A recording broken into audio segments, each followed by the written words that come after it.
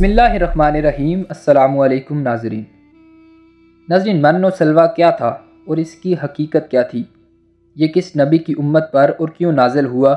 کیا من و سلوہ جنت سے نازل شدہ کھانا تھا یا پھر اللہ تعالیٰ نے یہ دونوں چیزیں زمین سے ہی پیدا کی تھیں؟ من و سلوہ میں کس جانور کا گوشت کھانے کو ملتا تھا؟ بنی اسرائیل کی قوم 40 برس تک ایک ہی میدان میں کیوں بھٹکتی رہی؟ اللہ تعالیٰ نے بنی اسرائیل کی قوم پر کن کن انعامات کی برسات فرمائی اور اس کے باوجود وہ کیوں اتنے بھٹک گئے اور اللہ تعالیٰ کی نافرمانی میں کیوں پڑ گئے؟ ناظرین، آج کی اس ویڈیو میں ہم ان تمام سوالوں کے جواب جاننے کی کوشش کریں گے، لیکن ویڈیو میں مزید آگے بڑھنے سے پہلے اگر آپ ہمارے چینل RQ TV پر نئے ہیں تو برائے مہربانی ہمارے چینل کو سبسکرائب کر دیں اور ساتھ لگے بیل آئیکن کو دبا دیں تاکہ اسی طرح کی مزید دینی ویڈیوز آپ تک بآسانی پہنچتی رہیں۔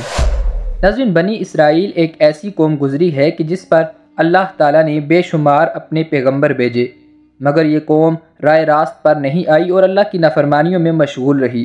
اللہ تعالیٰ نے بنی اسرائیل پر بے شمار انعامات کی برسات بھی فرمائی۔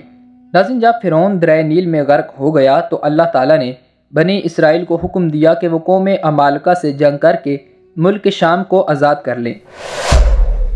چونکہ یہ قوم نہایت ظالم اور جنگ میں ماہر تھی، اس لیے ان 6 لاکھ بنی اسرائیلیوں نے جنگ سے انکار کر دیا۔ اس نافرمانی کی یہ سزا ملی کہ وہ 40 سال تک 27 میل کے رقبے پر مشتمل ایک میدان میں بھٹکتے رہے۔ ناظرین، یہ لوگ سامان اٹھا کر سارا دن چلنے کے بعد رات میں کسی ایک جگہ ٹھہر جاتے اور جب صبح ہوتی تو وہیں موجود ہوتے جہاں سے وہ چلے تھے۔ اس جگہ کو میدان طیہ کے نام سے جانا جاتا ہے، یعنی بھٹکتے پھرنے کی جگہ۔ حضرت موسیٰ علیہ السلام اسی میدان میں تشریف فرما تھے۔ ناظرین، حضرت موسیٰ علیہ السلام کی دعا سے ہی بنی اسرائیل کے کھانے کے لیے ہفتے کے دن کے علاوہ روزانہ آسمان سے 2 کھانے آتے تھے جنہیں من اور سلوہ کہتے ہیں۔ کوئی طور کا ایک سفید پتھر ان کے پاس تھا، جب پانی کی حاجت ہوتی تو آپ علیہ السلام اس پر اپنی جنتی لاٹھی مارتے اور بنی اسرائیل کے 12 قبیلوں کے لیے 12 چشمے جاری ہو جاتے۔ ناظرین، دھوپ سے بچاؤ کے لیے ایک بہت بڑا سفید بادل سارا دن ان پر سایہ کرتا۔ اندھیری رات میں میدان کے بیچ میں ایک نورانی ستون اترتا جس کی روشنی میں یہ کام کاج کیا کرتے تھے۔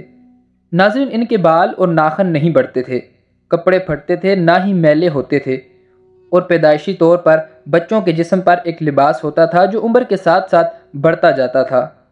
ناظرین، من و سلوہ کیا تھا؟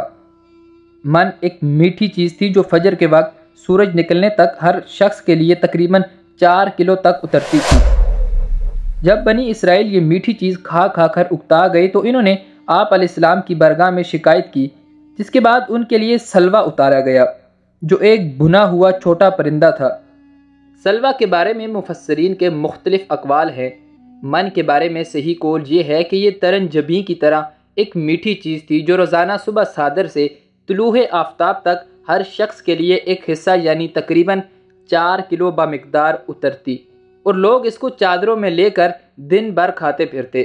بعض مفسرین کے مطابق من سے مراد وہ تمام چیزیں ہیں جو اللہ تعالیٰ نے اپنے بندے کو کسی بھی مشقت اور کاشتکاری کے بنا عطا کی ہوں، اور سلوہ کے بارے میں صحیح قول یہ ہے کہ یہ ایک چھوٹا سا پرندہ تھا، اور اس کے بارے میں ایک قول یہ بھی ہے کہ یہ پرندہ بھنا ہوا بنی اسرائیل کے پاس آتا تھا، اور ایک قول یہ بھی ہے کہ جنوبی ہوائیں اس پرندے کو لاتی تھی اور بنی اسرائیل اس کا شکار کر کے اس کو بھون کر کھاتے تھے۔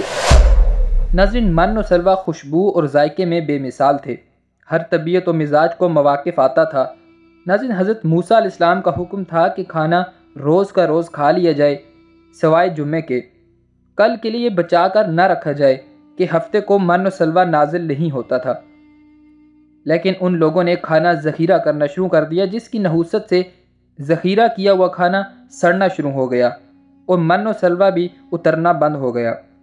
ناظرین، فرمان مصطفیٰ صلی اللہ علیہ وآلہ وسلم ہے کہ اگر بنی اسرائیل نہ ہوتے تو کبھی کھانا خراب ہوتا نہ گوشت سڑتا۔